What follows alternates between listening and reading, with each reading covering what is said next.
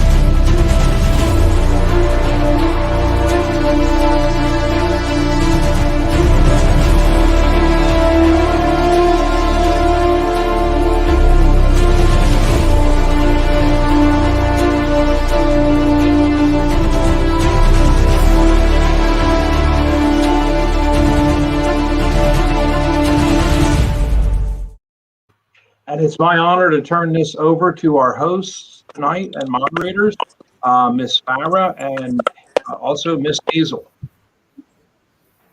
Yeah. Good afternoon, ladies and gentlemen, and welcome to the I Am Woman Global Leadership Conference. My name is Hazel Harrington, and it's a pleasure to have you tuning in to our magnificent event as we commemorate International Women's Day. Now, our theme for this conference is celebrating tremendous efforts by women and girls around the world in shaping a more equal future and recovery from the COVID-19 pandemic. We also have the honor of having two panelists today, Rania Mongello and Alyssa Mears joining us, and they'll be answering questions a bit later. And I'd like to welcome all our other guests today. We have Dr. Kalima, Dr. Pauline, Stormy Mongello, Mary Kabujal. Also Tita Cote, and our guest speaker is Desiree, Miss Desiree Rose, and Sanila. We would never forget you. Dr. Pauline Crawford Omps, don't mind me if I mention you again. And two of our children are hiding, two of the girls in the wings. And I see Morelli Tulakima has just joined us also from Australia. So we will get right into it. And it's at this time my honor to introduce Desiree, Miss Desiree Rose. And Desiree is a former captain in the United States Air Force, served for a long time, and then retired from the military. So Desiree, the floor is all yours. Please take it away. Thank you, Mark. I appreciate it. Good morning, good afternoon, and good evening. Wherever this may find you, it's an absolute pleasure and honor to have you all present and taking time out of your busy lives to embark upon and participate in this magnificent event. It is an absolute honor to be asked to be a keynote speaker for this year's I Am Global Leadership Conference and to share my story and message to all of you. A compilation of my lifetime accomplishments, adversities, lessons learned, and opinions along the journey to be able to stand here in front of you all, which I am today. I look forward to sharing my journey. But I am not here alone. I am not the only woman to share her path to where she is today. I am surrounded by exemplary women that are inspirational in their own rights. They too have a message to share. It is an honor to be amazing, strong, impactful women as we speaker panel today. Stories are empowering and uplifting, and I am grateful to be part of this. We have so much to learn from these strong, remarkable women. I would first like to acknowledge and commend the sponsors for this event. Without their dedication, tireless efforts, true passion, and steadfast drive, this forum would not exist. Our sponsors, Harrington Publications Worldwide, the U.S. Presidential Service Center, the U.S. Presidential Culinary Museum of the Inn of Patriots, and First Gold USA. Dr. Harrington, I have watched your interviews and read your bio and mission statement. You are a true testament of courage and role model of selflessness in your devotion and of humanitarian efforts for others. I look forward to getting to know you more in the near future and learn more from you. I would also like to thank Martin Monticello. I met Marty about a year ago with her colleague. His family are an infectious light of energy and true emblems of our United States presidential heritage. I have the honor of being a board member with the U.S. Presidential Service Center, a mission statement I wholeheartedly support and believe in. I applaud your work to make this a reality and create an event of high impact for the empowerment of women. Thank you again for your passion and dedication and sponsorship. The world has had traits. We are evolutionary in our societal involvement and innately driven by growth and contribution to push to the next level from where we are currently at. It is our human nature to transcend and evolve to places we have never been before. Our existence, our global continuum, is based off of our individual and mankind efforts and contributions towards our global purpose, and it comes down to each and every single individual in this world. It is not bound by our cultural external factors of race, nationality, sex, or cultural limiting factors. These are mankind's created qualities of roadblock our unique individual self to shine out to the world.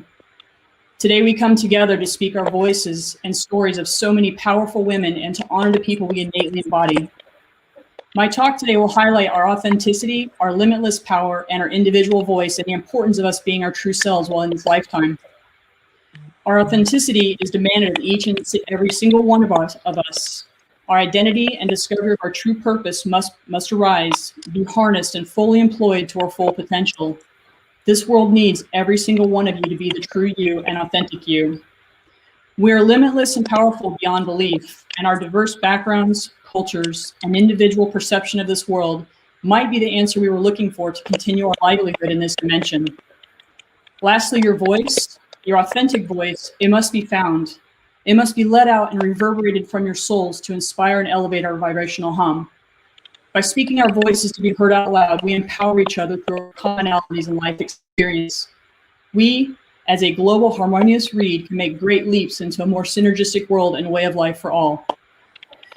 We have encountered many examples of greatness and people that have followed their knowing and intuition into unprecedented accomplishments, which have changed our world into a better environment. Here are a few notable individuals from our past and present. Their stories have given me strength as I have matured in my life. Imagine a world without a light bulb. It's hard for some of us to understand what that would be like, since our generation in the last century has always had the luxury to have light. Thomas Edison was ill-educated. He was poor. He didn't speak until he was 4 years old, and he didn't read until he was 7. He wasn't qualified to be one of the great, one of the notable inventions in this world. He was laughed at, told his idea was not possible. He failed countless times, but would get up and try again over and over. How could something not seen be real or a possibility? What if he hadn't stuck to his vision and talents of his awareness of what he saw and understood? What if he gave up? Can you imagine turning on a lamp in your home with no light to fill the dark room at night? He was quoted as saying, "I have not failed. I have just found 10,000 ways that won't work." I am thankful for Thomas Edison and his tenacity to stick with his vision and belief. I appreciate the ability to turn on a lamp and read at night. He saw and knew something others didn't. Had he quit, had he given up, then he would have missed out on his contribution to society. He became a great inventor and manifested one of the greatest inventions in our lifetimes because he repeatedly kept trying again and again. Another person I've always admired and empathed with is profoundness and selfless in her feeding and care for the sick and poor. She was canonized as a saint and a Nobel Peace Prize recipient for her life efforts, and she impacted our globe our global world and had a tremendous impact on millions of people. Her name was Mother Teresa. A quote that she said that resonates with me is, "I cannot alone change the world, but I can cast a stone across the waters to create many ripples." Her vision of kindness and helping others was infectious to many, many more. Due to the nature of my career, I personally rubbed shoulders with some of the most powerful and famous men and women in the world. Leaders, CEOs, mothers, fathers, politicians, educators, humanitarians, entrepreneurs, and change agents of our society. Through these interactions, I have grown, become a stronger leader, and use my voice in the communities I serve. I would emulate and replicate people that I admired and aspired to be like. I believe education, taking action into your fears, pushing oneself, mentorship, guidance, and speaking your voice are all ways to become a stronger leader. When I served in the United States Air Force, one person in particular caught my eye. She was an amazing, impressive woman. I don't think I ever knew that I did admire and respected her, but the qualities that I noticed about her was that she was educated, she was well-spoken, confident, successful, respected, and an accomplished person by the people she came into contact with. Her name was Condoleezza Rice. She was the first African-American woman to serve as the U.S. Secretary of State, and she also held the position of National Security Advisor. As the first African-American woman and the first woman to hold this position, I had the distinct privilege to fly her around the world on numerous occasions, as well as meet her and shake her hand. One of the reasons I respect her so much is because she endured racism and adversities in her youth. She was denied staying at hotels. She wasn't allowed to use public restrooms. She was required to use a storage room to try on new clothing instead of store changing room. In regard to the segregation era, she was quoted as saying, "These terrible events burned into my consciousness. I missed many days at my segregated school because of the frequent bomb threats." Her story continues on with countless events like I have just described. But she didn't let these adversities set her back or feel sorry for herself. Instead, she became educated. She earned numerous degrees at Stanford, Denver, Notre Dame University, and later became a professor at Stanford. She was a high politician and leader for the United States, where her efforts aided in peace talks with other countries. She was a pianist playing in symphonies. She was an author and many, many more titles. She is a great leader, and she is a person whom I have implemented leadership lessons from in my life. Another mentor I had started at a very young age. She was kind, strong, integral, beautiful, and a hard worker. She was an angel in my eyes and a best friend in my life. Confident and one that I truly miss. Her name was Lenore, and she was my mom. Excuse me. My mom passed away a few years ago, but had a lot of her characteristics. I want to share with you some of the words I used to speak while I served in the United States Air Force. So I was a radio operator, and I would speak to tower. So these are some of the words. I would say as a squawk, tower, this is Air Force One. Be advised, we are 30 minutes out from arrival. Confirm preparation of our arrival and reception is in place. We are cleared to land. The tower would back to me. They would talk to me and say, "Copy Air Force One, we have you on radar.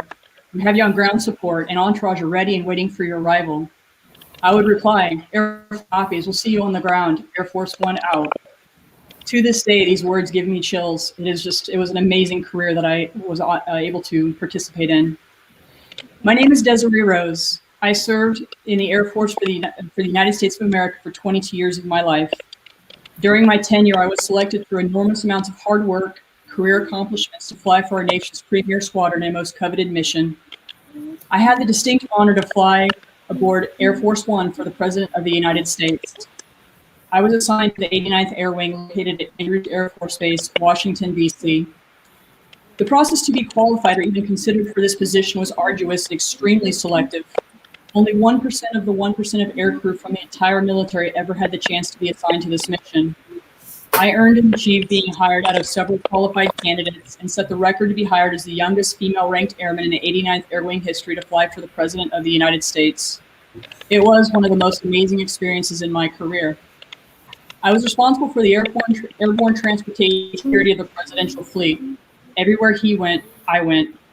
Some of the distinguished members I flew include President George W. Bush, First Lady Laura Bush, President George Bush Sr., President Bill Clinton, Senator Hillary Clinton, Vice President Dick Cheney, Miss Lynn Cheney, Secretary of State Colin Powell, Secretary of Defense Donald Rumsfeld, the CIA, the Defense Intelligence Agency, George Tenet, President, National Security Advisor, Condoleezza Rice, CENTCOM Commander General Abizaid, Vice Congressman, and the Joint Chief of Staff General Pace. I also flew presidents of countries to include Harman Karzai, the Afghanistan president. I flew several A-listed celebrities as well: Kid Rock, Bill Cosby, Ben Affleck, country singers, Robin Williams, and many, many more. When we would arrive and land at a location somewhere in the world, it was customary to have a very large entourage of expecting recipients. We would land and park in the taxiway. A sea of flashing cameras would be taking photos. Major news mediums would be recording live, sometimes 100 cameras focused all on us. The red carpet would be rolled out when the airplane engines turned off to meet the opening door of Air Force One. The red carpet would be lined with military and full dress uniforms, saluting and standing at attention in a perfect row of soldiers. The president of the country we're visiting would be standing and waiting to greet us. After the airplane door would open, the president and first lady would take one step towards the crowd and they would wave, and the audience would go crazy in excitement and anticipation. I cannot explain how it felt to see myself on CNN, landing to a location live on TV. I was a part of history, and I saw it firsthand out of the airplane window being written in real life. We were treated like celebrities, VIP, royalty, wherever we would go. During my tenure, I amassed 3,800 airborne hours. I traveled to over 88 countries around the world. I was acknowledged for my accomplishments. I earned air medals, combat medals, humanitarian medals, relief medals, commendation medals. I received military tokens of appreciation and gifts from the president, photo opportunities with them, handshakes, personal invites to speak with them on a regular basis. I was invited to the White House for events, as well as the Pentagon and the State Department. I was a part of our president's life. I had the privilege to see the life behind the news camera and behind the scenes. I was a part of our nation's elite and a direct contributor to their success. I felt like a rock star on TV, in the circles of celebrities, our presidential elite members. This mission was one of the most exhilarating, defining, and outstanding moments in my military career. I went on in my career after this assignment to fly other aircraft, to include the Airborne Warning and Control System Surveillance Aircraft, the HC-130, which is a Hercules rescue airplane, and a leading officer in command of 500 personnel. During this time, I was involved in several contingency operations around the world and worked with many countries in numerous military engagements.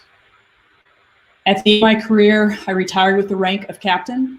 My career had many triumphs and successes, but in the end, I lived a fulfilled career, which gave me many lessons and experiences.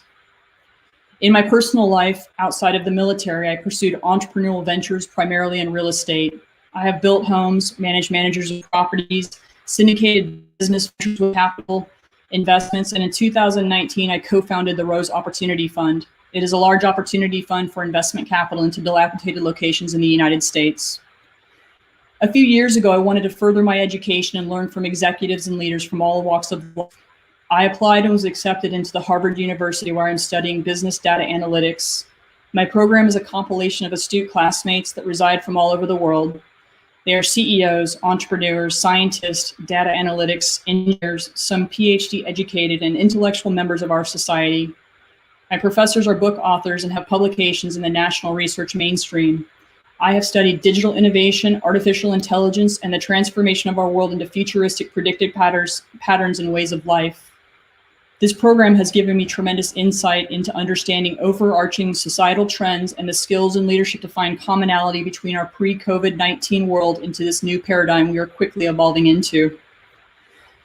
Lastly, but the most important, biggest gifts, blessings in my life are by far the birth of my two children. They are such incredible people. They are talented, intelligent, honest, and absolute amazing human beings. They have forced me to look deep inside of myself and have taught me so many things about my life. They have given me a knowing and conviction of unconditional love for another. They are miracles from a divine source. I love them more than they will ever know. A dream does not become reality through magic. It takes sweat, determination, and hard work. Colin Powell said this. Our path and life journey are laden with 100 reasons why we shouldn't and can't achieve our dreams. It isn't supposed to be easy.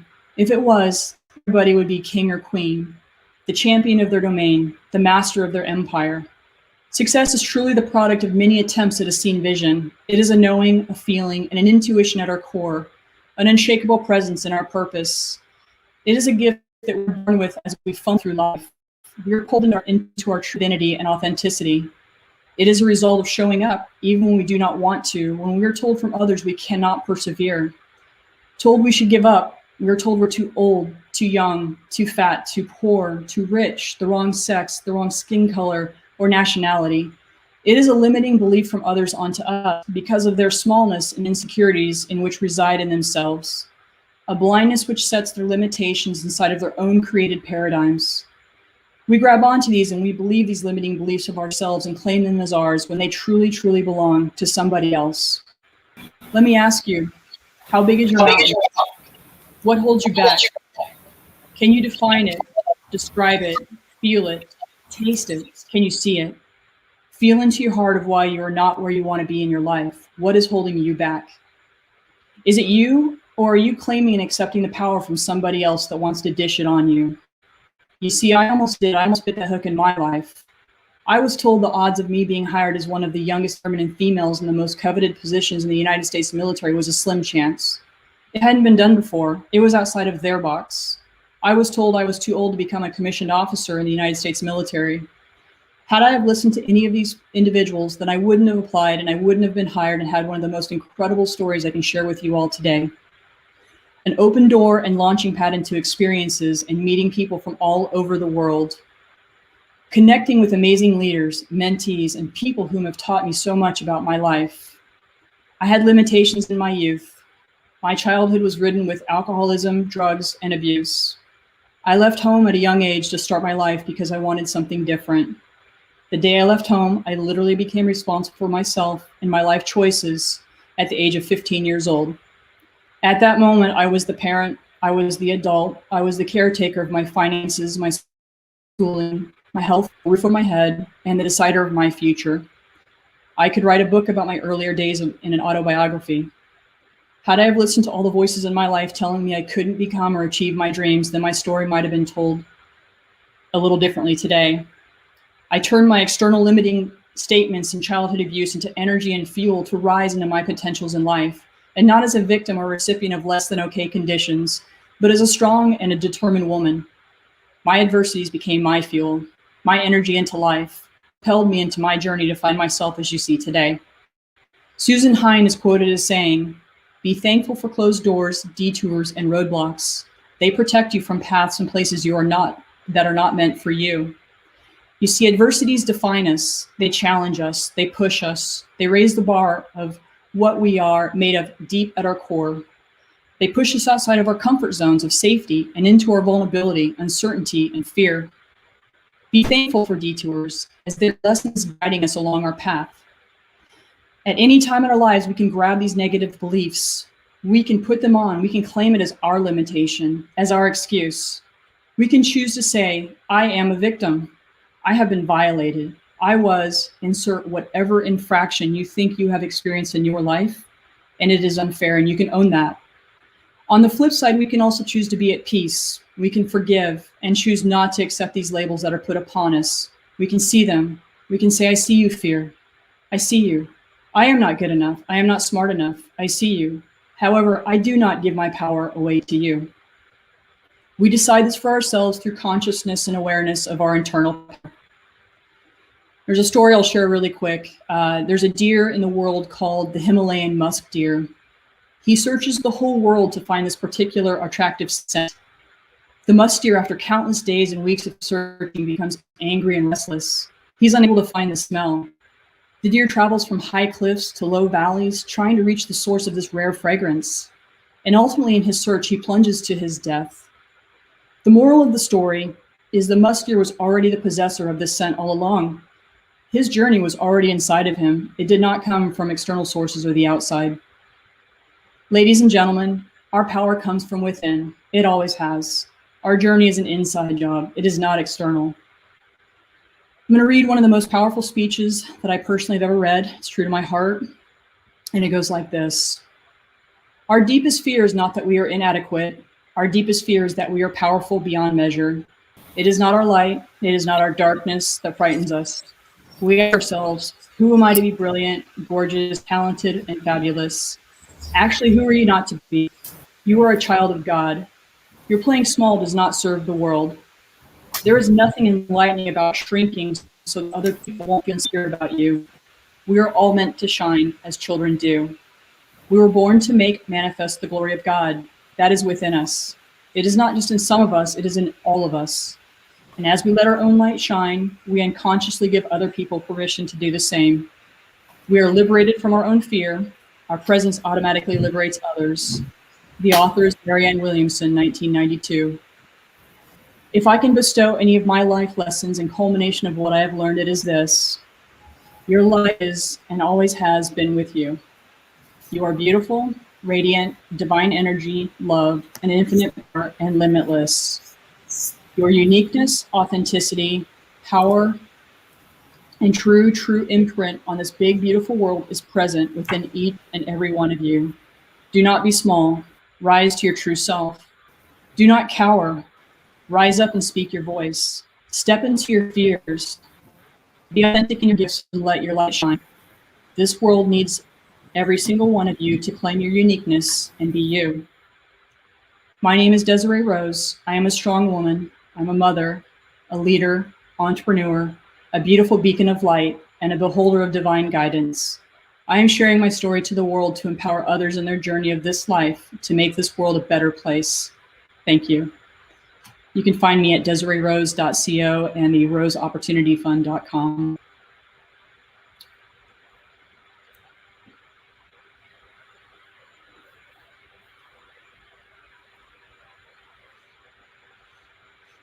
Well, thank you so much, Desiree.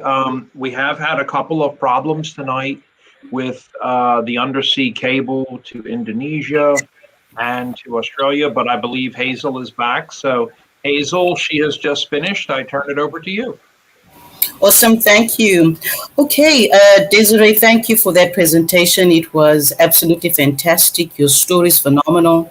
What I took away from that is that we have to overcome limiting beliefs, and you've overcome those limiting beliefs. I mean, they told you you're too old to be a commissioned officer, and you defied all odds. I just wanted to say congratulations. It is an honor to have you on this platform, and we are going to move on with our first panel. At this point in time, I would ask if Mary, Morelli, Tita, and Sunila could log off and wait in the.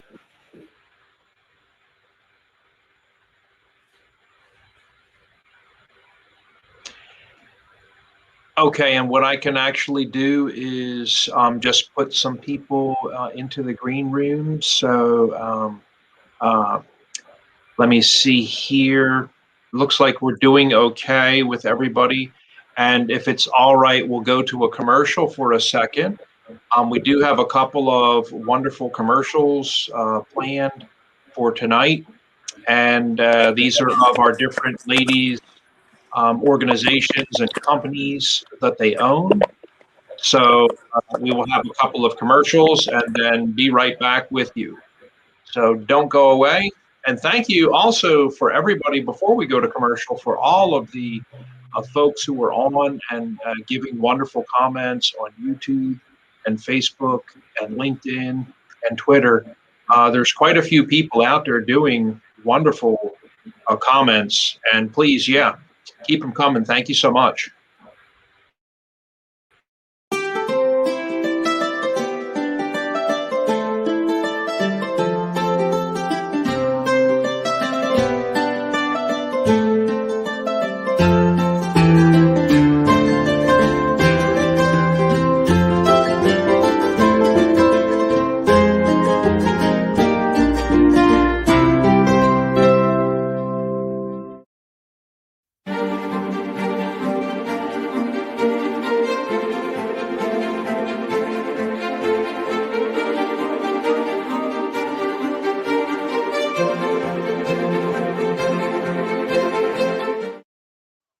Did you know that at least half of the world's population still does not have access to essential health services? One of the biggest problems in developing countries is the lack of medical monitoring devices. We have a solution. Kipuwex. Kipuwex is an easily attachable, lightweight IOMT device which continuously measures all the clinically relevant biomarkers vital to the assessment of your health. Kipuwex uses smart algorithms to provide efficiently reliable measurements for healthcare professionals. The biomarkers can be monitored remotely, anywhere and at any time, with a mobile and web application. Kipuwex is not limited by physical infrastructure and is suitable for professional use and in the future for home users as well. A simple user interface will let you choose which biomarkers you want to view and displays them on easy-to-read graphs. We here at Kipuwex want to combat healthcare inequality and help millions of people around the world. Well, thank you everybody so much. I am going to bring back on Hazel and let us bring her in. Hazel, we have you back. We just went to commercial break. We ran 4 commercials. So one of them was kind of funny for St. Patrick's Day. Hazel, take it away. Awesome. Okay, so now we're going to head over to our first panelist. And we have Ben Ray. We also have Stormy. We have Dr. Pauline, Alyssa Rainier, and Farah is going to be moderating that session. Farah, are you with us? Yes, I think Farah is coming in right now, and she is muted with her microphone, but we do have her despite some technical difficulties. Farah, can you hear us tonight?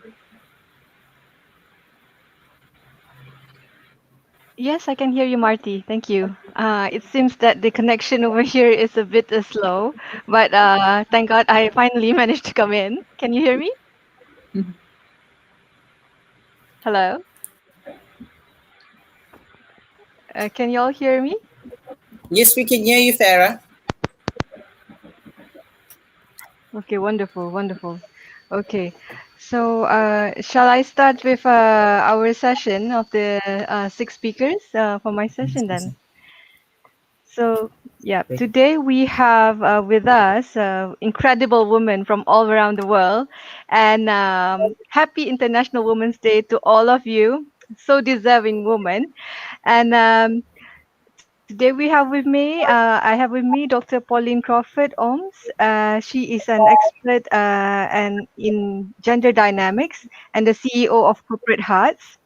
And she will talk about the gender specialties and how it is best for people to maneuver in the corporate world. And Miss Bin Ray is a trademark attorney working with Baxter IP in Melbourne, Australia. Okay. And she is a global citizen, born in Vietnam, lived in Malaysia, Canada, Australia, and New Zealand. She embraces all cultures and respects of all nationalities and hopes that her story will encourage those who harbor a dream to persist, even if they feel like an outsider. And her story shows even if the path seems impossible, there will always be a way through. I think just like myself just now, trying to get in the StreamYard. And she will share her journey to how she became a trademark attorney. And there's Miss Stormy Ann Leanne Mongiello. She is the chairperson of the board of directors for the USPSC. She runs the Inn of the Patriots, and as a long-term board member, she's also the Chief Human Resource Officer, CHRO. Stormy has worked with the past 5 presidents of the United States to build and grow the museum. She holds a PhD with a BS degree in business and is in her MBA program. And Stormy is a HR director across 6 states with 460 plus team members being helped and 12,000 plus sleeping per night and 220 plus total properties in her Charlotte office. Wow, that's really an amazing impressive record there, Stormy. And also we have with us Dr. Kalima Abdul Kudus. She is a strategist, a social entrepreneur, a unique desire for human rights, and deep belief with ethics first, purpose-driven relationship. Dr. Kalima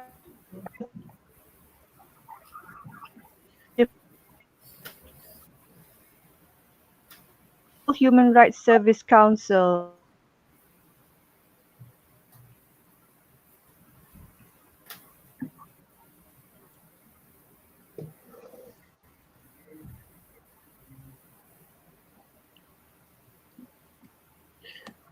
I think we might be losing her a little bit, Hazel. Farah seems to have frozen up a bit, so I'll just pick up where she left off for Dr. Kalima. Dr. Kalima works pretty much every day with the United Nations and is a long-term member of the Africa Committee and knows different people, prime ministers to presidents to kings in Africa, and has been working in Africa for many years. The amazing thing, sometimes I just listen to her. She will tell you what's going on in that country. It doesn't matter which country you ask, Togo, Ghana, Kenya. So just an amazing woman. And with that, we are going to turn it over to you, ladies. We'll start with Dr. Pauline. I think you have something prepared. Thank you, Marty and Farah and Hazel and all of you beautiful women. So I'm Dr. Pauline Crawford-Oms, and I'm British. I come from London, but I live in America. I live in Las Vegas, and I'm very passionate about how women need to find real synergy with men. So I work in the business market, and when we consider that half of the world is female and half is men, it's extremely unnatural that we are not sharing the co-design of our world. So I believe that COVID and the pandemic have given us an opportunity to rethink what is going on and to leapfrog into a new design where we have real synergy. So my passion is real synergy between men and women. And my hashtag is hashtag women empower men, not empowerment. Take the T off the end. Women empower men. We have the gift that is different. We're the missing edge. We're the missing link. And I believe that there are many more wise men who actually want us, but we need to really express what our gifts are and what our talents are. We're very good at business. We're very good at life. We're very good at emotion. We're very good at logic. So what I've done is I've designed a new way of understanding the differences. I call it gender dynamics intelligence. And I plan to get this to everybody in the world. Why not have a big dream? I was very impressed with Desiree's story. Nothing is impossible. So I want to teach boys and girls in the schoolroom and also young kids, teenagers, as well as your older lot like me and all generations, that we can actually speak a different language, create a new narrative, one based on mutual trust, but also valuing differences. This is absolutely key. We are different types of women. We're not all the same. And we have to do this together. I hope that you have that desire too. So it's real synergy, 2021 and beyond. It's about gender dynamics intelligence, but it's about creating a new narrative. So I would love you all to be engaged with this. I've been doing research on this, and I've got the research going to be published soon. And I would like to hear your stories, because I know Marty and I have been talking about this on text, haven't we, Marty? And I believe that this is the time for us to do it together. It is the time for women to be glorious, but also together with women.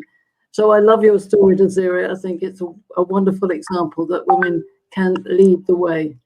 So I'm very honored to be here, and I thank you, Farah, for inviting me in. Farah was one of my students when I lived in Malaysia for 4 years, and that's why I come to be here. So I believe that I'm a world citizen as well as a green card holder. So thank you. Thank you so much, Dr. Crawford. And I'll shift over to Ms. Bin Ray, our resident attorney. Thanks, Martin. Thanks very much for inviting me to be part of this, Hazel. At first, when I was asked to come on to talk about my journey to become a trademark attorney, I wasn't quite sure whether anyone would be interested, only because there's thousands of attorneys around the world. And however, when I look back at how I became one, it's been an unconventional path, because when I was growing up, I never thought I could become a trademark attorney, because I started life, as Farah said, I was born in Vietnam. The war displaced us. I lived in Malaysia, then the refugee camp for a little while, until Canada sponsored us to go to Canada to live as refugees. I lived there during my childhood days until my grandmother got sick with cancer, and she wanted to live in Australia. So in my teenage years, we moved to Australia to live. And during all those displacements, what I found myself was an outsider to everything. So every time I'd landed somewhere, I always felt like I didn't fit in. In Canada, I didn't speak English because I came from Vietnam, so I had to learn how to speak English. Once I learned how to speak English, then we had to move again to go to Australia. And children are kind, but when you get to high school, they're not as kind. So when I came to Australia, it was very difficult to assimilate into the high school. The high school that I went to, there were only 5 Asians, and also being a female, there wasn't a lot of expectations for me to do well in school. As I wrote in my LinkedIn post, my parents wanted to marry me off to a dentist, a doctor, a lawyer, any of those, Asian aspirations for their children, but they never really thought that their girls can become that, only the boys. So luckily, I did survive high school, went to university. When I came out of university, I didn't actually know what I wanted to do. Then I started in sales and marketing, and I moved through the ranks in sales and marketing, and even through working for corporate as a female and being Asian. It was very difficult because I always felt like I was the first female, the first Asian to be part of the marketing team within a corporation. And then I did that for about 20 years in sales and marketing and IT industry. Then I had my children, and again, there was displacement there because suddenly I didn't know who I was. One minute I was flying on a business class to America or Asia because I was a marketing manager for a big corporation. And the next minute I've got a child and I'm at home stuck with a crying baby. So during that period, there was displacement of your identity. And once the children were grown up a little bit, then I started my 2 businesses, an events business because I had some marketing background. And then when the children went to primary school, I was offered a job as a business manager for a trademark firm. And that's how I came into the trademark industry. I had no qualifications, legal qualifications. Actually, the guy that hired me, I said, "Are you sure enough to be a lawyer right now to do trademark?" And he said, no, you don't have to, only if you want to litigate and if you want. So anyway, that's how I got into trademarks. And again, I had to assimilate myself into that industry. And subsequently, I have gained my qualification and now I am a trademark attorney. And so anyway, during today's session, I'm hoping that I can give out the message to the females around the world that if you put your mind to something, and even if you feel like an outsider, if you persist, you will get there. And it's just a matter of action and positive thinking and remembering that if you put your mind to something, you can achieve it. So that's sort of my story in a nutshell. But I believe Farah's going to be asking some specific questions, and I can go into more details later. So back to you, Martin. Thank you, Ben. That was an amazing testimony. I have a question for you. Is that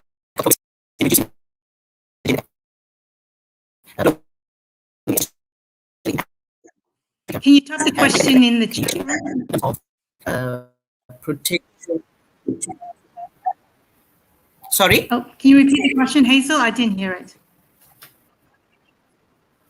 Okay. What progress can be made in reducing the gender gap for women to get gender equality globally?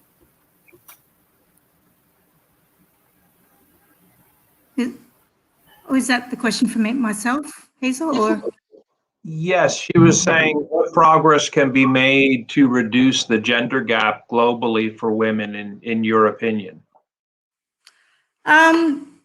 well, to reduce the gender gap, I think women around the world need to put their hand up for any opportunity. So I think as women, we don't step up many times. We're too afraid because we may not have ticked all the boxes that are required for a particular job. Where I think as men, they tend to jump at any chance for a promotion. And I'm guilty of that as well. I mean, I'm new, new to trademarking and law, but I find that I have to be brave and be able to say I can do that, and then I guess how to do that. But the first step is to be able to say I can do that, because if you don't put up your hand, how are you going to get promoted, and how can the gender equality be narrowed if no one's going to put up their hand and put themselves out? So I think that's how we can to narrow the because throughout the my career, I'd say a lot of the men have given me the opportunities, but I've had to say, yes, I can do it. And then I can do as well as the men in the company. And so you need to do that, because if you don't, no one's going to give you the opportunity. So that answers your question, Hazel. Oh, thank you. You answered it very well. Thank you so much, Ben-Ray, for sharing with us today. Your testimony was amazing.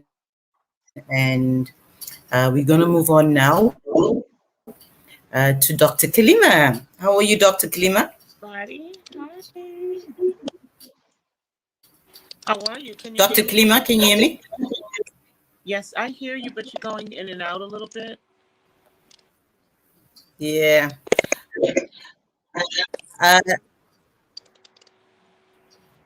I can hear you, Dr. Kalima. Oh, okay.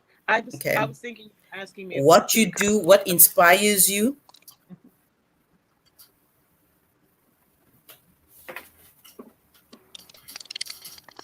Dr. Kalima, Hazel said, what inspires you? Oh, many things. Where do I begin and how do I keep it short? In brevity, I'd like to say the following. A miracle brought me to the United Nations. Nothing more, nothing less. I have a previous life in entertainment, believe it or not. I used to get individuals recording labels and movies and television. I have a very strong and powerful network in entertainment, and I had grown weary of the sexual harassment in jobs, and especially in the entertainment space. I had become known to be a person who would open doors without all the strings attached, and people spread the word. And before I knew it, I was working for Snoop Dogg, Matrix Hair, and L'Oreal Supplies to promote their products worldwide.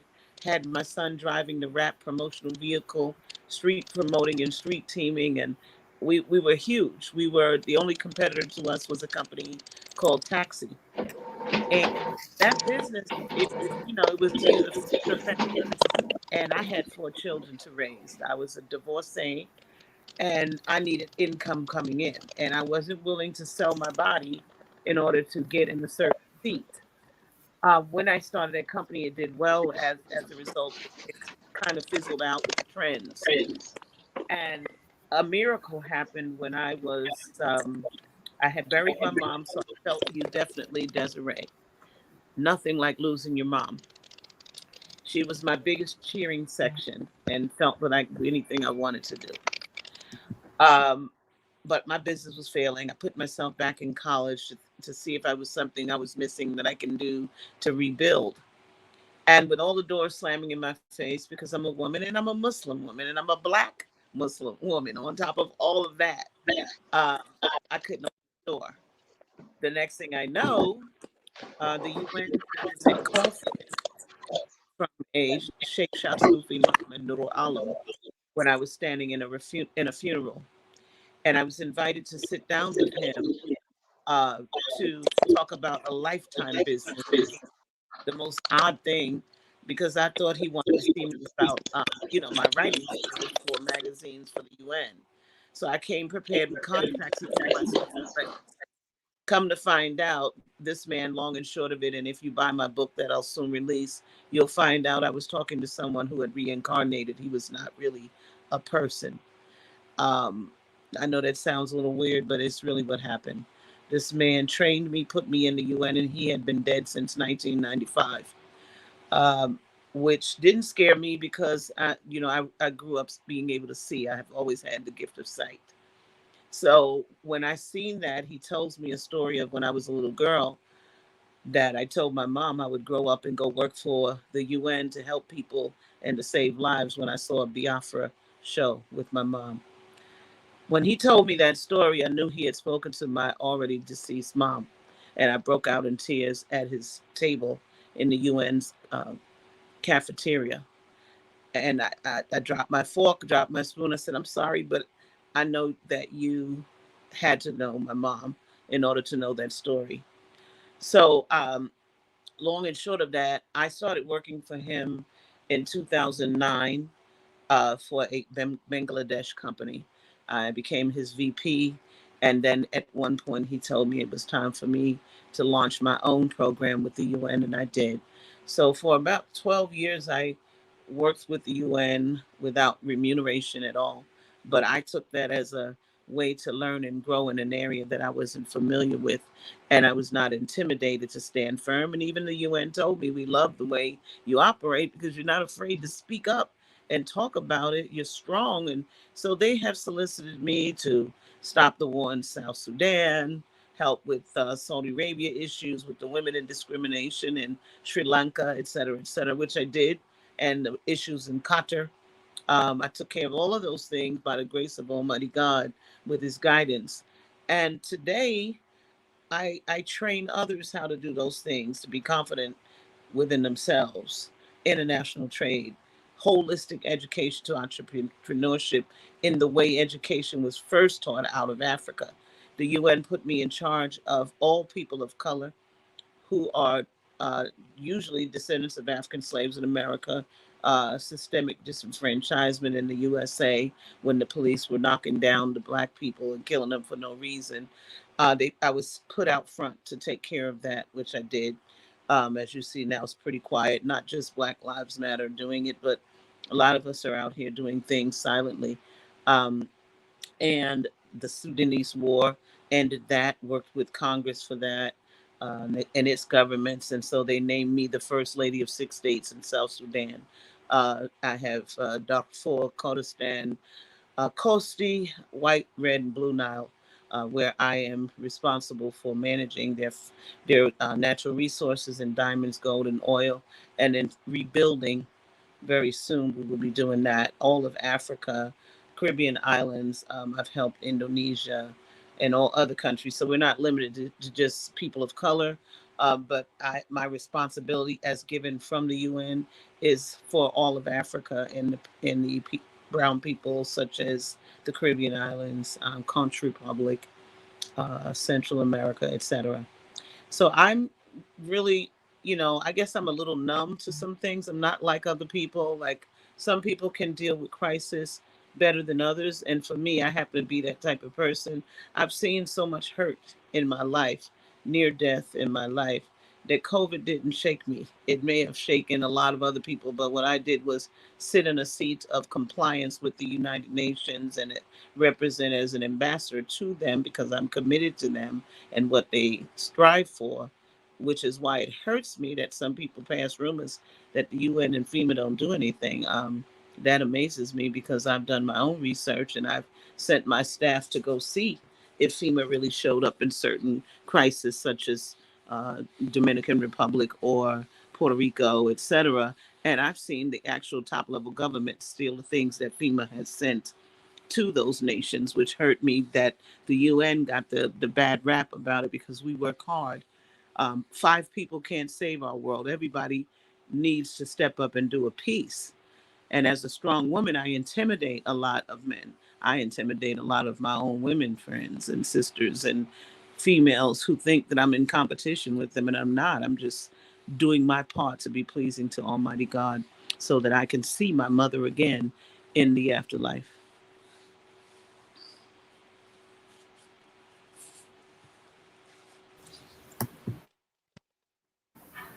Thank you so much, Dr. Kalima. Farah is back, and she will continue with the panel. I think we have next Tommy Mongelo. Farah, are you there? Yes, I'm here. Just now, I think I was muted, so sorry. Yes, we will have Stormy now. Please, Stormy, the floor over to you. Great. Thank you so much. It's an honor to be here with everyone.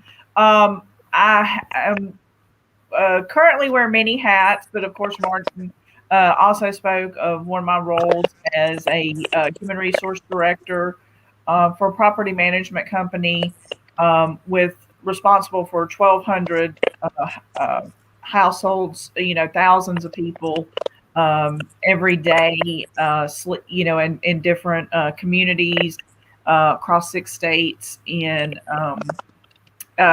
mainly here in the South of the United States. And in my role, how COVID has affected my role is part of it is learning the new programs and things that have rolled out through the sick pay and the different stimulus, different attributes of those stimulus packages coming through, and training. I have 21 field managers that are out there working with everybody every day. So a lot of training has gone into that, how to handle people, switching to working remotely on a dime. And, my sector is in affordable housing, which is,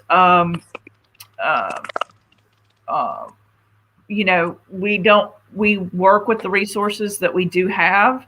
And so we are just making sure that our employees were able to do what they were capable of doing from home. My background, I grew up here in North Carolina, and I joined the Navy when I was 18 years old. I grew up on a farm. We grew 80 to 90% of our food. My cousins had dairy farms, so we would barter our beef cattle for our dairy farm, and we would grow vegetables and can and preserve and freeze. And I think one of my favorite stories of being a part of the Presidential Culinary Museum and running the Inn of the Patriots is Marty and I visited a farm-to-table restaurant in the mountains of North Carolina. And he was so impressed that that place made their own ketchup. And I almost fell out of my chair because growing up on a farm and producing and preserving our food, I used to think that I used to think that we were so poor and in poverty because we had to make our own ketchup. And so now in the farm to table world, it's a gourmet thing to make your own ketchup. So I just, you bring across the differences in how people come together. I'm across, even across the 6 states in North Carolina, in the United States, are very different. So I have to adapt to each of those things. And then dealing with people from across the world, it's always adaptable. And the more I learn about new people and learn about new projects that they're working on, I'm inspired as well, just every day. And I think for women in general, I come from a kind of an opposite point of view, because the company and industry that I work in property management, is heavily female. So I work around a strong group of women every day that are women leaders. And so I always feel empowered by them. That has not been the case in every company that I worked for. But even when I was on a construction site with 1,800 construction workers, craft workers, my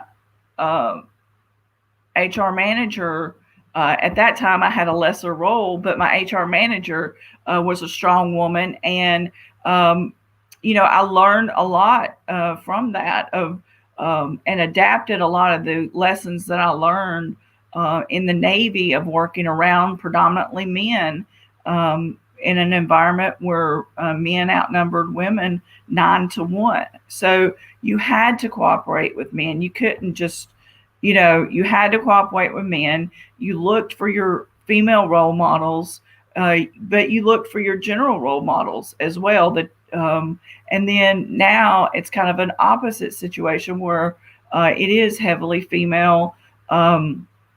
Our employees are the majority of female. The leadership is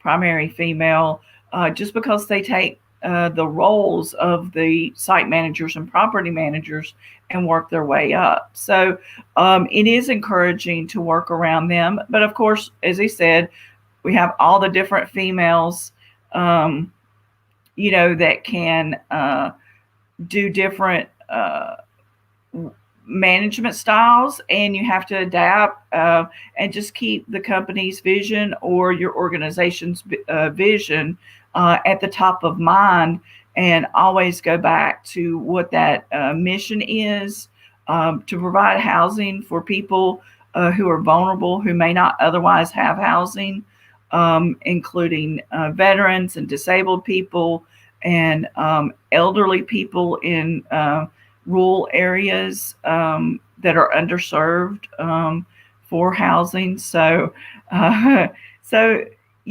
think I take inspiration from everyone that I've heard so far tonight, and I look forward to hearing even more for everyone. And I really appreciate the opportunity to be a part of this. Thank you.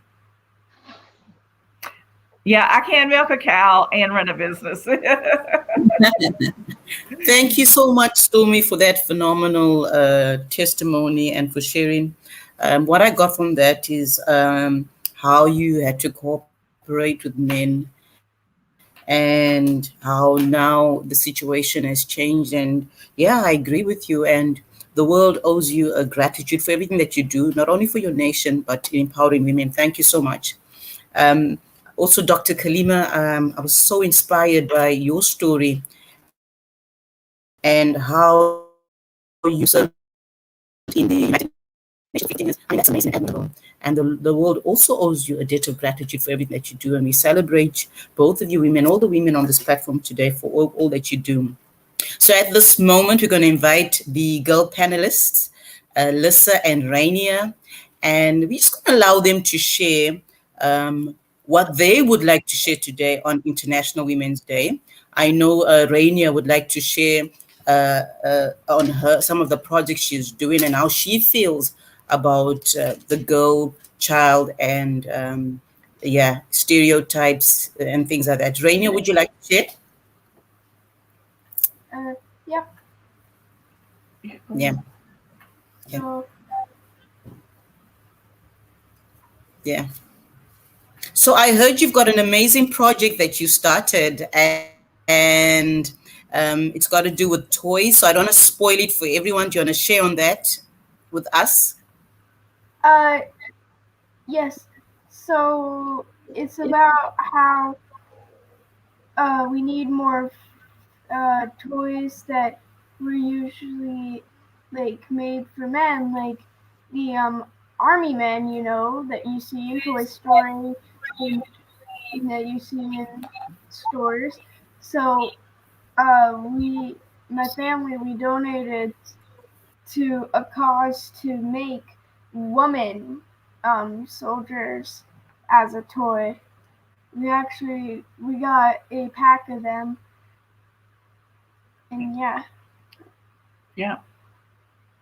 Instead of little green army men, we have little army women. So I'm sure many people are familiar with that, even from the Toy Story movies. But we have the little army women. So we were proud to be a part of that program as well, to represent the women who serve their countries. Yep. Awesome, Rainier. I just have one more question for you. Who's your favorite teacher and what do you love about her? My favorite teacher would have to be my kindergarten teacher, I think. Miss Campbell. She's a very good teacher. She did a lot of fun stuff, and we always read nice books, and she made sure that we were going to get a good education. Awesome. That's great. Rainier, we wish you all the best with your project, and we will be watching you as well in terms of the progress with your project. And thank you so much for being on the platform today with us as a panelist. Yep. Awesome. Yeah. And so, yeah. Yeah, she's adorable. Thank and you. next we have my daughter, Alyssa. No worries, it's a pleasure. And next we have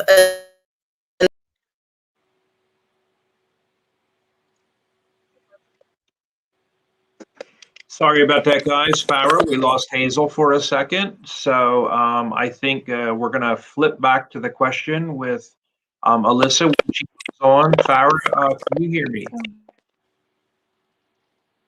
Oh, Are you feeling frozen again, Farah? Well, I can honestly say Farah loves the movie Frozen. yes, I can hear you, Yes. Marty. Okay, are you Sorry, back? then. No, no, I'm very much melted. Yeah, I was mentioning how much we love Disney and watching Disney, so we're always kidding about that. Okay, wonderful. So, I don't oh, think sorry, we were cut Alyssa off. is not around yet. So I think what we can do now is to go over some questions. I will ask some questions and see if any of the panelists would like to take Can them. we, Farah, is it okay if we shoot to the question for Alyssa? It looks like she's back again. Okay, Farah. So, Alyssa, what is the question that mommy has you answering Yes, tonight? I love it. Okay, talk. And okay, the first question is that what is success to you and how do you define success? Any one of the panelists would like to take this? Farah's, she got good. So we can shoot that question Oh, over for about Alyssa. success. Alyssa, is she around? For Alyssa. Alyssa? Yeah. Hello? Wonderful. Okay, we'll just skip for Alyssa. Alyssa, this question.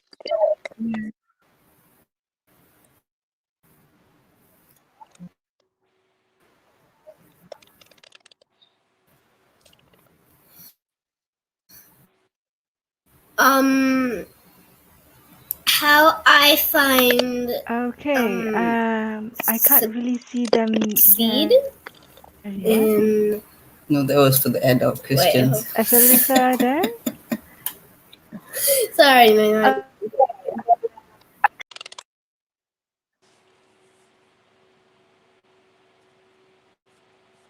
Yeah, we seem to be having a lot of trouble tonight with Malaysia and Australia. So I am going to go to commercial because it is time. It's 10:12 for our second set Your of commercials. hobbies and what are some of the awesome things that you think your mommy did for you? So we will be right back. Farah, if you can hear me, we can try one more Can you time guys hear me? to. Hello, Yeah, I'm back. what is your? Yeah, hey, Alyssa. Farah was asking what your favorite hobby is. What my favorite hobby is to dance, because normally when I hear a song, Just I like to dance. a little bit about yourself and your hobbies. Yeah. And I find music when you dance very fun. Go ahead. Yes, again. And normally I like to play a game called Laundry Simulator. It's where you get to do lots of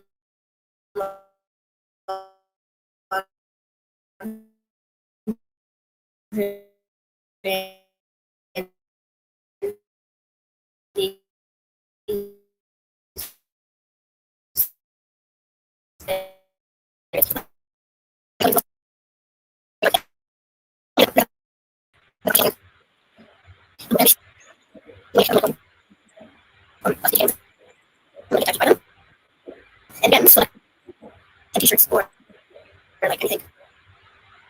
You can get on the wheel, and if it's like an airplane or they deliver it by the truck, you can actually get gems to get your pets. So I find that really fun also. Awesome. Thank you so much, Alyssa. And thank you to our girl panelists today who shared a bit about what they are passionate about. And that's what International Women's Day is all about. It's about empowering women and the girl child. Okay, so we're moving on to our second panel. And we're going to move ahead, and I'll be asking the first question to Mary. And Mary, are you there? I know Mary has been complaining about she can't hear, but I'm not sure. She was going to reboot her machine. I see she is here now. And at the beginning of the show, she was coming in loud and clear. So go ahead, Mary. Give us a tip. Yes. Hi, Mary. How are you this fine afternoon? Very well, thank you. It's lovely to be here. I'm very honored to be here among these amazing women and wonderful young women as well. Thank you for the invite.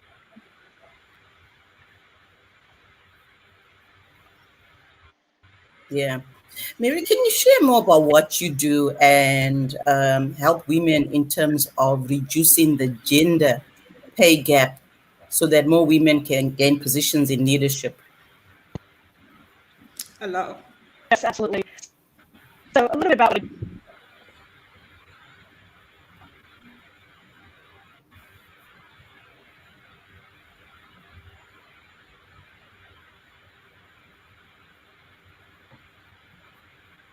I think Mary's been having a lot of problems tonight. Yeah. Just being on, and she can't hear. So maybe we better try to switch. Maybe Mary's back now. We'll try her one more time, Mary. Can you hear me okay? I can hear you. Perfect. I don't know what you caught of the first part. So I am the founder and CEO of a company called Bios. And at Bios, we are revolutionizing how we view, access, and share medical information in the next normal.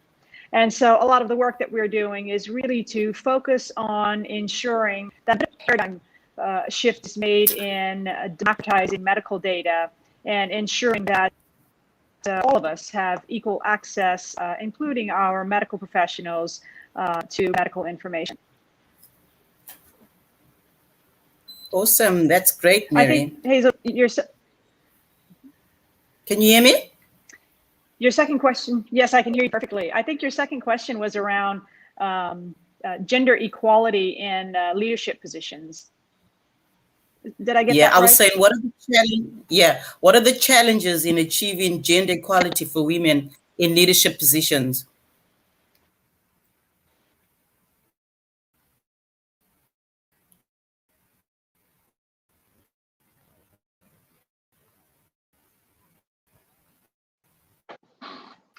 Hi, Hazel.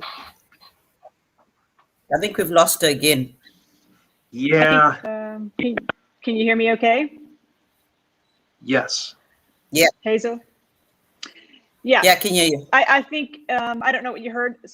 Yeah, sorry, I don't know what you heard from the first time. So I think that gender equality in leadership positions really are around 4 different themes. And those themes are what I call, what slows us down as women, right? And so, and slows I look at as SLOS, right? And so, and S is succession. It's about life choices, opportunities, and sponsorship, right? And so I think it's extremely important that we understand first around succession, right? So a lot of the, especially in large corporates, I think a lot of the succession plan that happens with mostly male dominant panels, right, and groups. And I think that senior leaderships across many different companies need to just simply make a room at the table for many women in leadership. And I think we're getting much better at that, but I think there's a ways to go.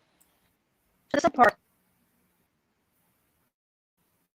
And so from a life choice perspective, we as women, God made a decision quite a long time ago that we will bear children, right? And so we didn't get a vote at that table. And so at the end of the day, I think we need to embrace that more in the corporate world, especially, right, in larger organizations. And there needs to be, as we move forward, and I think COVID taught us a lot of this, right, a bit more of the moving away from the traditional ways of working and truly creating opportunity that allows us as women to be able to thrive and be productive in any industry, right? And I think that's just a different way of working when it comes out. Yeah.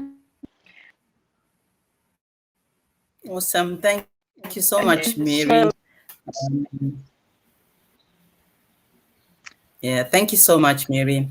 I think your product is definitely going to add a lot of value, not only for communities worldwide, especially with COVID-19.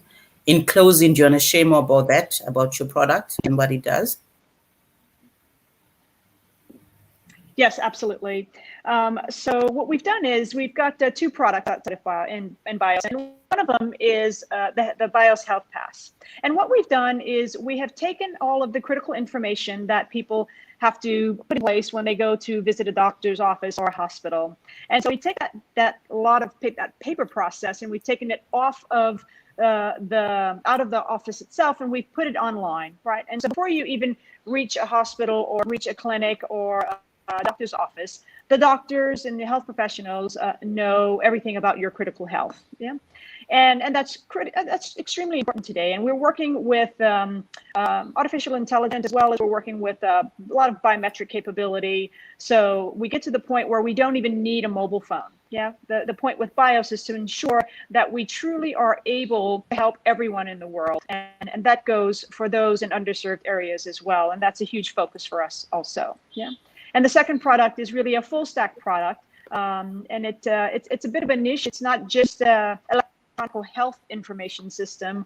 It is really something that we have looked at. How do we communicate and educate people more around their health? And so I think we know more about our phones than we do about our health. And I think that we need to change also that paradigm to live in more of a proactive and preventative mindset and away from a reactive and restorative one. So we have included in the platform educational components that truly allows people to learn more about the challenges that they have and the needs that they have with the conditions that they may be undergoing medically or with their families. So we teach people more about their prescriptions, their ailments, a lot of the challenges that they may be going through health-wise. We also include telemedicine, IoT device capabilities for remote monitoring, and quite a few bells and whistles. So we are very excited to be bringing this to the market. We're working with quite a few medical professionals, schools, organizations, and even governments so far. Thank you. Yeah. Awesome, Mary. Wow. That's a phenomenal product that you have there. Thank you so much for joining us today at I Am Woman Global Leadership Conference on this panel. Thank you so much. Awesome. And next, I'd like to invite... Yeah, our pleasure too as well. And next, I'd like to invite our next panelist, and that is Mireli. Mireli, are you with us? And ready to interact. Awesome. Yeah. All right, just a bit about Mireli. She's an award-winning global entrepreneur, a petroleum engineer, and STEM consultant. And today, Mireli is going to share briefly a bit about her company, what she does as well. And then I'll go ahead and ask her first question. Mireli, tell us more about what you do. So I do a lot of empowerment work across two men. I focus on four things. So I focus on women, I focus on energy, STEM, and also global leadership. So that's what I do under the Mirai Tulekima Global Leadership Organization. But my main skills is actually in petroleum engineering. And I founded MT Energy Resources 6 years ago. It's a consulting company working on projects here in Western Australia, but also in Africa and in Asia Pacific. So we're consulting, doing studies, technical studies, but also especially for Africa, looking at what we call local content, which is looking at how we can use the resources, because a lot of the countries in Africa are rich in resources, to create added value locally. Because what we see most of the time is that those countries that are producing oil or are doing mining, they actually don't, the population don't benefit from it. So that's where we're helping to help the government most of the time, or local company, to create policies or to create an environment where they can create, first of all, employment, because that's one of the key things in developing countries, and particularly in Africa, but also make sure we build the capability and the capacity of the local population, and get the industry to be something that can be accessible to local, so that they can start become entrepreneurs and be part of the supply chain as far as the oil and gas and the energy sector is concerned. But in parallel, I've been doing a lot of work empowering women. When I started 25 years ago in the oil and gas industry, I was a minority. I was working in an environment where it was very male, white male, dominated, and I started really without any support, mentorship, or coaching. I went into this industry very unprepared. And so the first experience was not very enjoyable, very challenging. And I also had a victim mentality that didn't really serve me. And as soon as I understood that, those challenges could actually be turned into opportunities, that's when my career took off. So as you know, as far as we're talking about women empowerment. We're talking about it's Women International Day today. I think what the message that I want to stress out here is that we have to, as women, we have to focus on what we can control and really understand where our strengths are and use that to and to navigate through any industry or through any environment or community where we are, instead of focusing on what we lack and what people say we lack. And that's been my and also take the opportunity to capitalize on those crises that people create around us. And I can be the testimony of all of that. I always took those crises and use them to optimize optimize on that. And my career in the oil and gas industry, I've been about that, project that nobody wanted to do or find, very challenging. I will raise my hand and say, no, I will do those projects, even if people don't want to do it. And when you deliver, it brings you to the next level. So that's really the message, is that, we are in a COVID environment right now. There's a lot of challenges. We shouldn't look, at the challenges. I think it's a great opportunity for women to redefine, a lot of things. What is, leadership in a way, and position themselves. And we know women are very, resilient. They know how to manage crisis. And we've seen so far where the pandemic have been, well managed. It's been in countries where women leadership was strong. So I think we know how to manage those crises. We have to raise our profile and come and really take the lead to create a world or a leadership that is going to be something that represent us and go and really go for it. It's going to be challenges, but you get nothing without challenge. So that's really what it is. And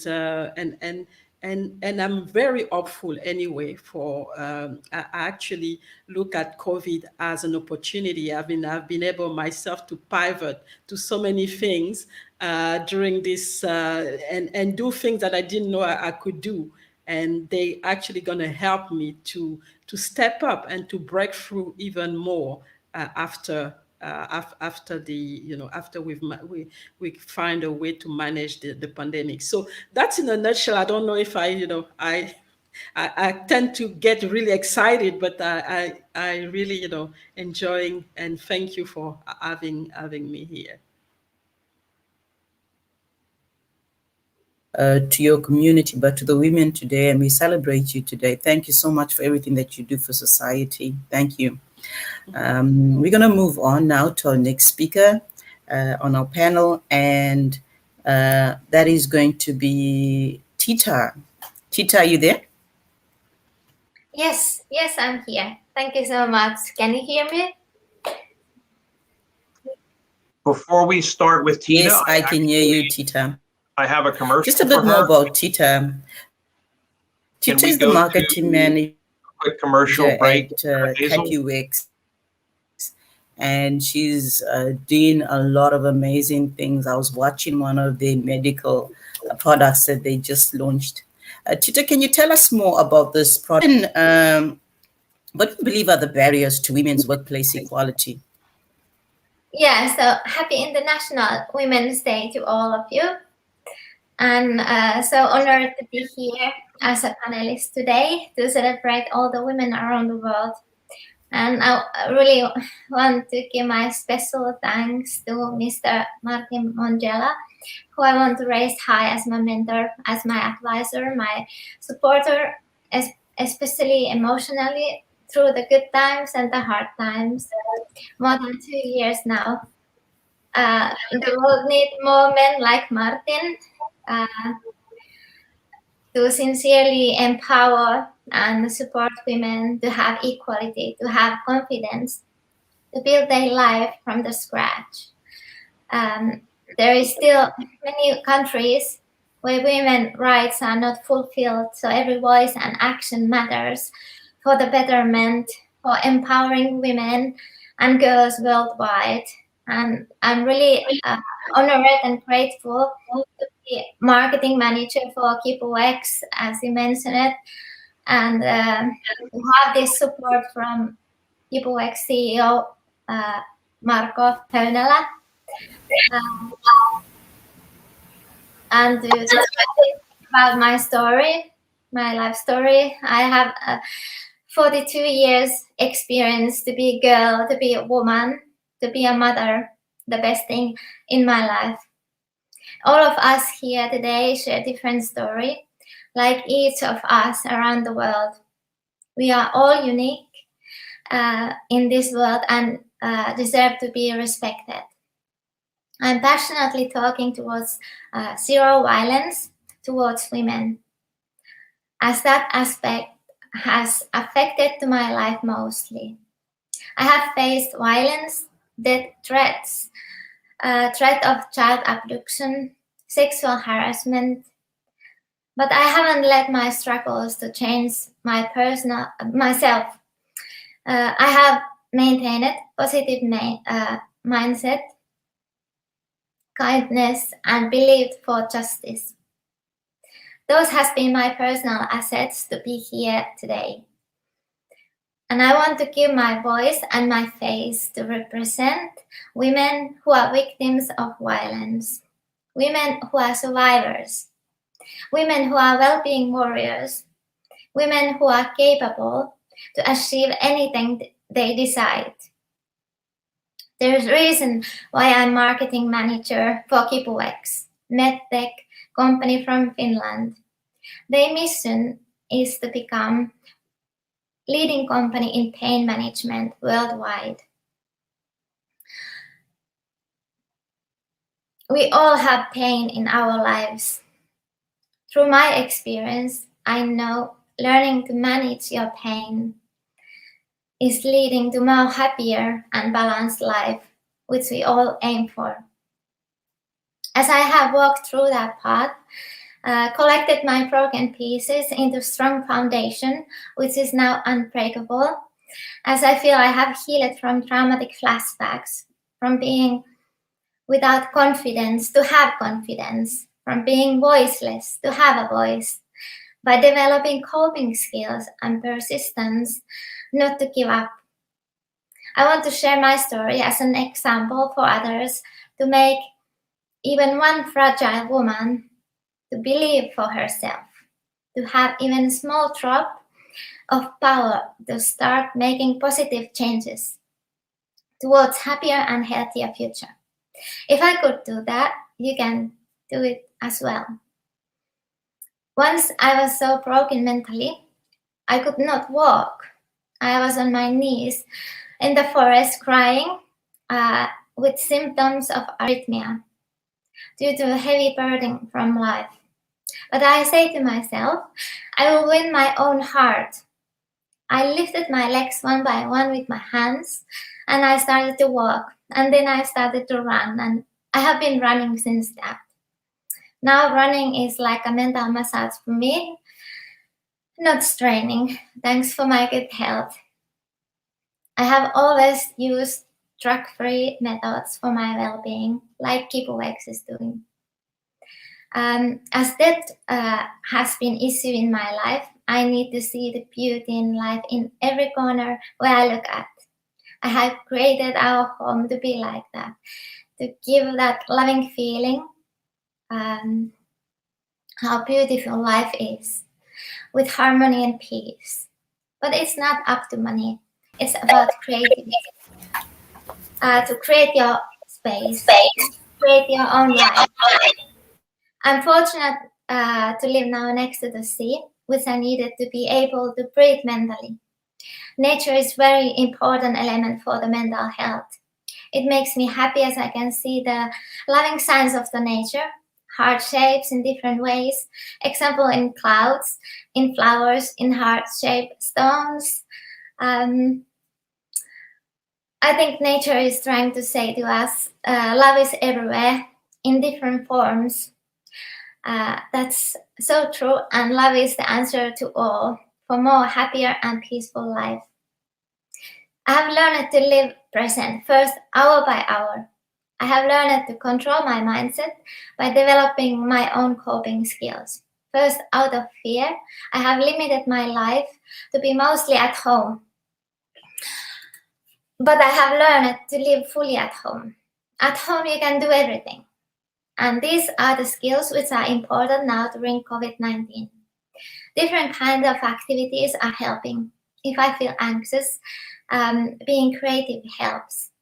If I need to get out from the slow space, I do fitness. If I need to calm down my mind, I paint or bake. I live in a small city in northern Finland. People can think it's difficult to achieve something from a small town, basically from middle of nowhere. When I faced death threats, I decided in my mind, you can't get rid of me so easily. I will be everywhere, in every corner of the world, and smiling to impact and share my story. Instead of death, to live in stories even to next generations. That was my goal 17 years ago. And now also spreading awareness of Kipuex healthcare solutions worldwide. During these years, I have built in my home outstanding international network through hard work, mostly through online. That's what you are capable to do too.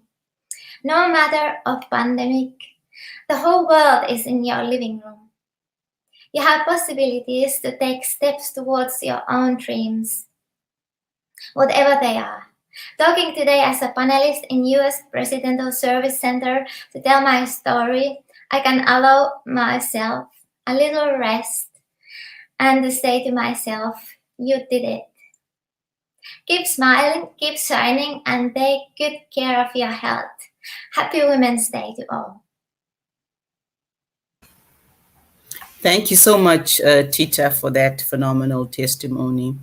I truly believe that mentorship is important for women, especially women that are believing in achieving leadership roles, because they need to be getting mentors where women are in leadership roles and getting mentors that are in those roles already. So thank you for sharing that. We're going to go to a commercial break, and then after that, we're going to be having our last panel speaker, Sanila Jayasara. Thank you.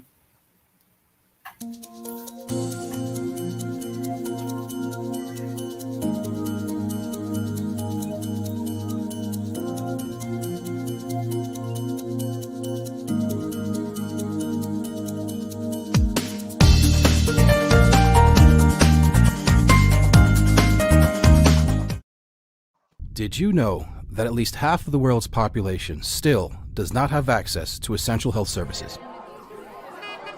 One of the biggest problems in developing countries is the lack of medical monitoring devices. We have a solution. Kipuex. Kipuex is an easily attachable, lightweight IoMT device which continuously measures all the clinically relevant biomarkers vital to the assessment of your health. Kipuex uses smart algorithms to provide efficiently reliable measurements for healthcare professionals. The biomarkers can be monitored remotely, anywhere and at any time, with a mobile and web application. Kipuex is not limited by physical infrastructure and is suitable for professional use and in the future for home users as well. A simple user interface will let you choose which biomarkers you want to view and displays them on easy-to-read graphs. We here at Kipuex want to combat healthcare inequality and help millions of people around the world.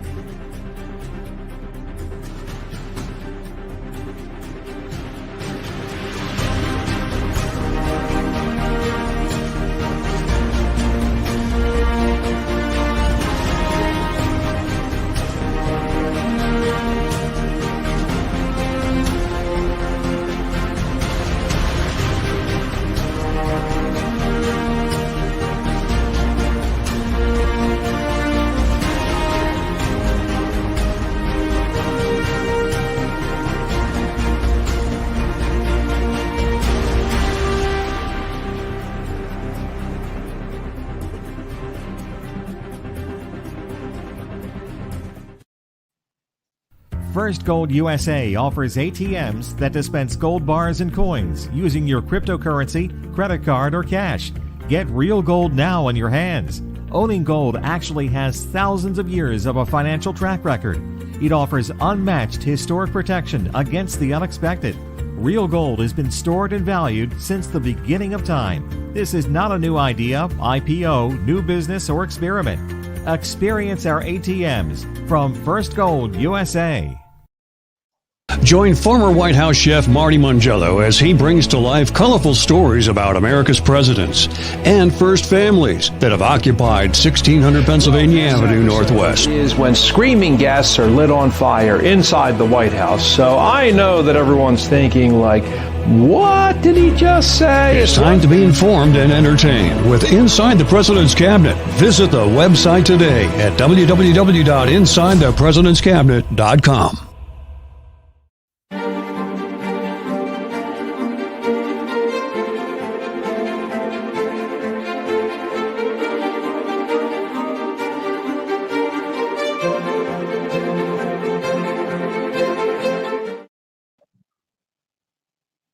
Okay, we are back, and thank you so much for supporting our sponsors who have made this broadcast possible.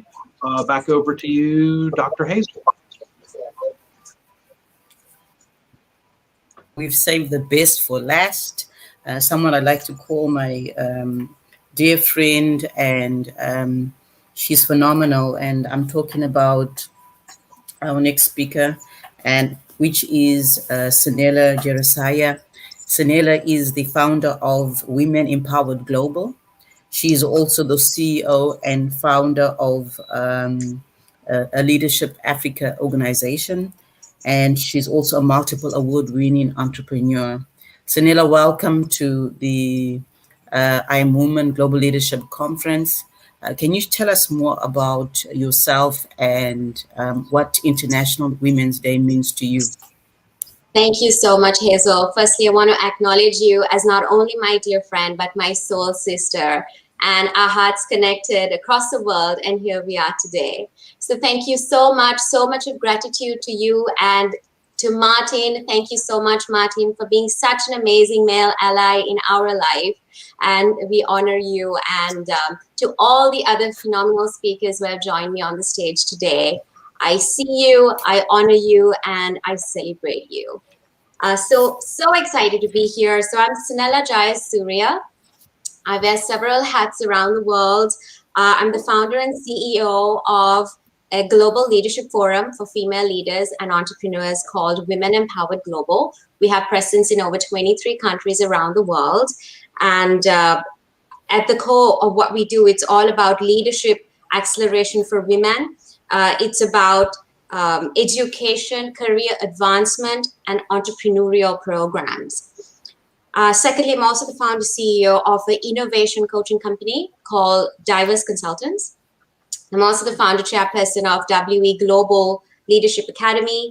I'm the co-founder of Personal Agility Systems in Sri Lanka, which is something that I launched together with a partner when COVID hit. It's headquartered in Switzerland, and we tied up with the partner there to launch this in our country in Sri Lanka, because we found that during COVID, everybody was faced with mental health issues and really struggling and challenging themselves in how to focus their energy and spend it on what really matters to them for a holistic, sustainable impact to their life, the community, and the family. And Personal Agility Systems is all around that. It's a personal self-leadership, self-accountability governance system, a set of tools that we run for companies and individuals. I'm also the board director of Macquarie Global Consulting and the president of the African Women Leadership Forum. And at the African Women Leadership Forum, I'm so passionate about that project. We focus a lot on self-empowerment initiatives, on mentoring for business women in Africa, Pan-Africa initiative, very excited about that. And also I'm an advisory committee on several local and international programs and associations. So looking at, in hindsight, if I could just tell you, the person I stand before you today is not the little girl who I had to deal with every day in my life growing up.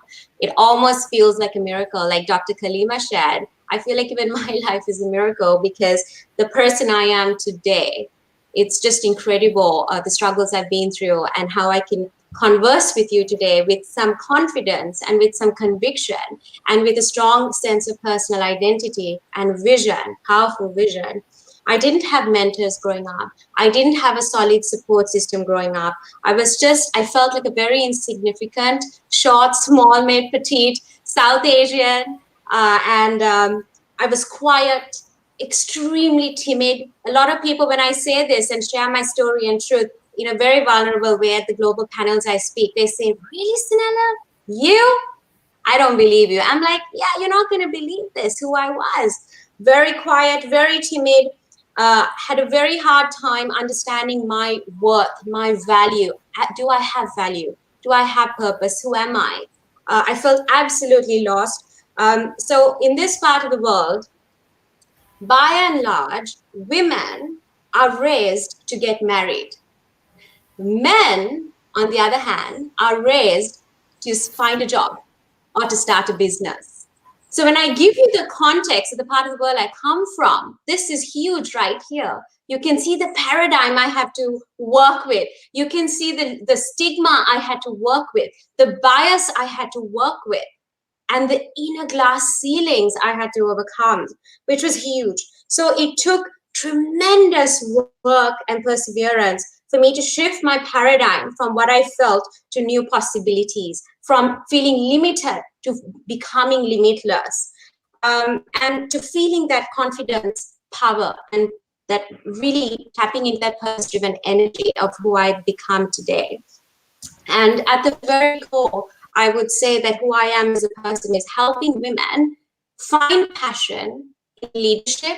And when I say leadership, I mean mind, personal leadership, I mean team leadership, and culture and organizational leadership. So these three key facets, and I launched a 3M coaching model for women around the world, which addresses the mind, the magic of that divine energy, and looking at action steps and planning through the method framework.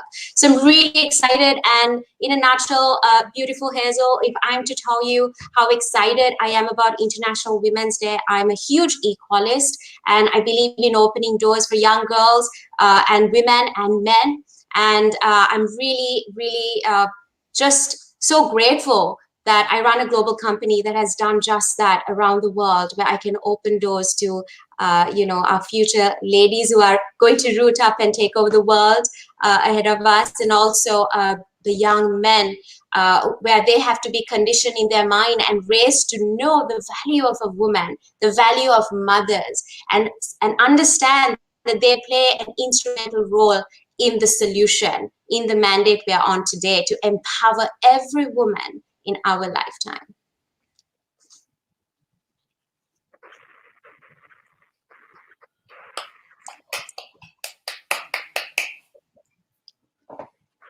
Yes, I think poor Hazel is getting a chill down with a freeze effect again, but I honestly can say, as a man who was in the military and retired 30 years, I've probably cried at least almost twice tonight.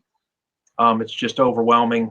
And, one of our attorneys, Tony Ann Marcolini, just made a comment that how important this is. She's actually coming up there from Plinmar Productions and studio in New York and New Jersey. That's her actually right there with her law partner, Maria Plinio. But yeah, these women make great movies, great productions about other women. And I think a lot of people have made some wonderful comments tonight. If anybody wanted to reply to the studio audience, now's the time. Please feel free. There's been so many people.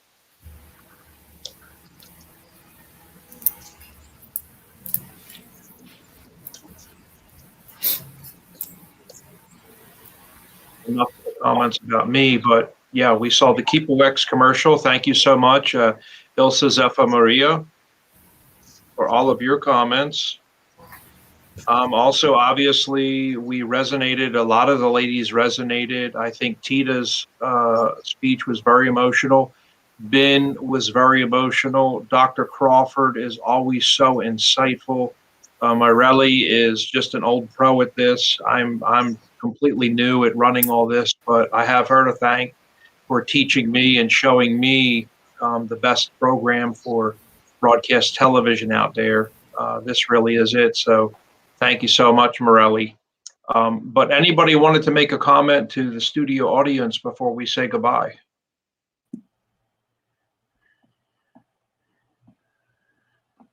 There was some thanks there for you, Ben, from Ilsa, for enlightening us on legal IP usage for women entrepreneurs. Ashley, if it's possible, I'd like to give some guidance to female entrepreneurs out there. And in countries around the world, it's really important to look at your IP before you start a business. Because a lot of the times you could start a business, but you don't legally own the brand. So you could be building something that is not being protected. And even though you may not have the money at the beginning to protect a brand name, what you can do is actually spend a lot of time at the beginning to do your research. And there's one simple thing really is that you have to create a brand that is unique. So when you do a search on Google, nothing comes up within that industry. Or let's say if you're doing a skincare product, if you come up with a name, you need to type in the name of the brand, skincare products, beauty, all of that. And if nothing comes up with that brand, that means you're safe to use that brand. But if many things come up, that means that you could possibly be infringing.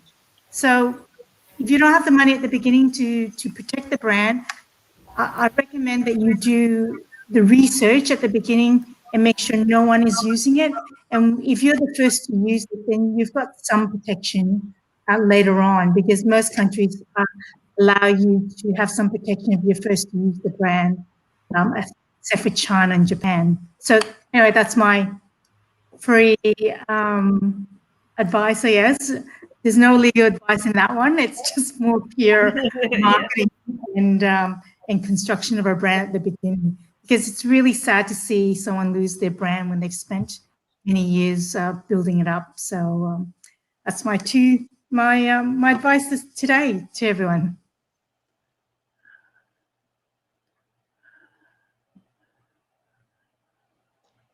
And thank you so much, Ben. There was another comment that just popped up for Dr. Kalima Abdul Qudus. It was mentioning how much of an exemplary woman you are, of strength, and the trials and challenges you faced turned you into a woman of great strength. So I think a lot of you ladies have really reached across the earth and wrapped around 6 continents tonight.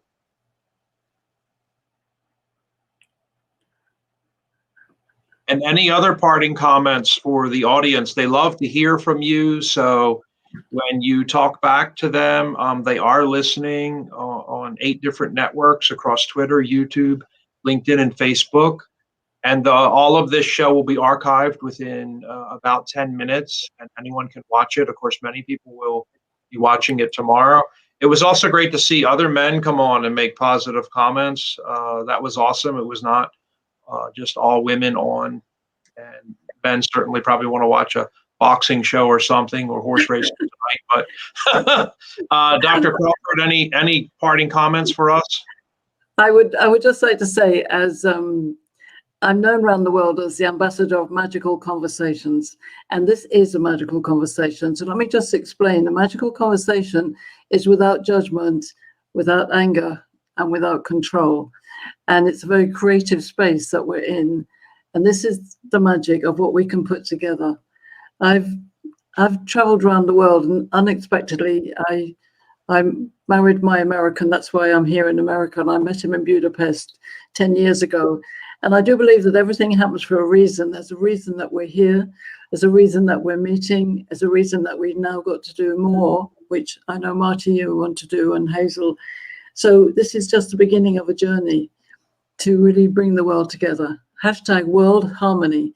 we can create harmony, we can decrease all the bad language and bad behavior. And so that's what a magical conversation world is about for me. So I'm blessed to be here, and I thank you all very, very much. This has been superb. Thank you. Thank you so much. There was one final question for Dr. Kalima. Dr. Kalima, are you there? Regrettably, we can't hear Dr. Kalima, but I did have a special message from her tonight. So I would like to end with that and some of the work that she is doing with the United Nations. Happy International Women's Day, everybody. My name is Dr. Kalima Fatima Abdul Qaddus. I'm the president, founder, and program director of the SAFE Campaign NGO in special consultative status with the Economic and Social Council of the United Nations. I am so excited about tonight's conference. This will be a first for me. And because I'm camera shy, I hope I do well, and I hope that you are not disappointed in watching me deliver my comments and, statements toward the benefit of being a leader in a COVID world and the trials associated with that as well. I look forward to meeting everybody. Thank you for having me again, and all praise due to Almighty God, the creator of all things, for this opportunity. Well, thank you, everybody. Good night.